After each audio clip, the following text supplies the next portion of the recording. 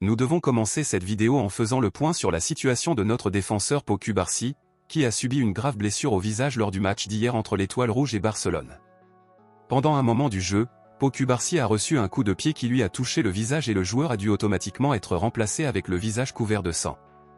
Eh bien, malgré la grande frayeur, Pau Cubarsí va bien, il a juste subi une coupure à la mâchoire et a eu besoin de 10 points de suture pour cette coupure. Cubarsí jouera très probablement les prochains matchs de Barcelone avec un masque le temps qu'il se remette de cette coupure, mais rien de grave qui l'empêcherait de jouer.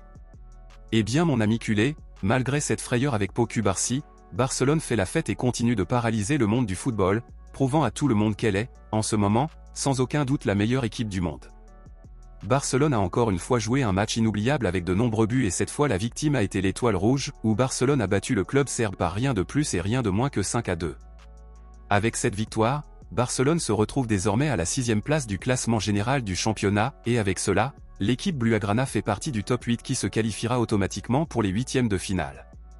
En plus de la victoire et de l'excellent classement au championnat, Barcelone a enregistré de nouveaux records dans ce match, où notre attaquant Rafinha est actuellement le premier joueur de la saison dans les 5 ligues européennes à réaliser le double des passes décisives et des buts, puisque Rafinha compte actuellement 12 passes décisives et 10 buts. En plus de Rafinha, un autre qui a failli battre un record du monde était notre attaquant Robert Lewandowski, où notre Polonais a marqué 2 buts dans ce match et est désormais à un but d'atteindre 100 buts en Ligue des Champions, et seuls Messi et Cristiano Ronaldo ont réussi à atteindre cette barre.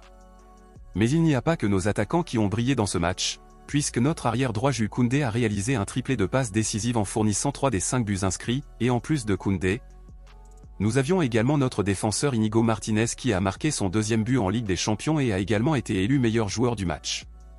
Barcelone s'est révélé être une équipe totalement complète, où défenseurs, latéraux, milieux de terrain et attaquants ont contribué de manière significative aux victoires du club catalan, et si les choses continuent ainsi, nous avons de grandes chances de devenir champions de la Liga et de la Ligue des Champions. Compte tenu de cela, à votre avis honnête, sur une échelle de 0 à 10, selon vous, quelles sont les chances de Barcelone de remporter la Liga et la Ligue des Champions cette saison? Pensez-vous que cela va arriver? Dites-le moi ici et je lirai votre commentaire, je vous verrai dans la prochaine vidéo.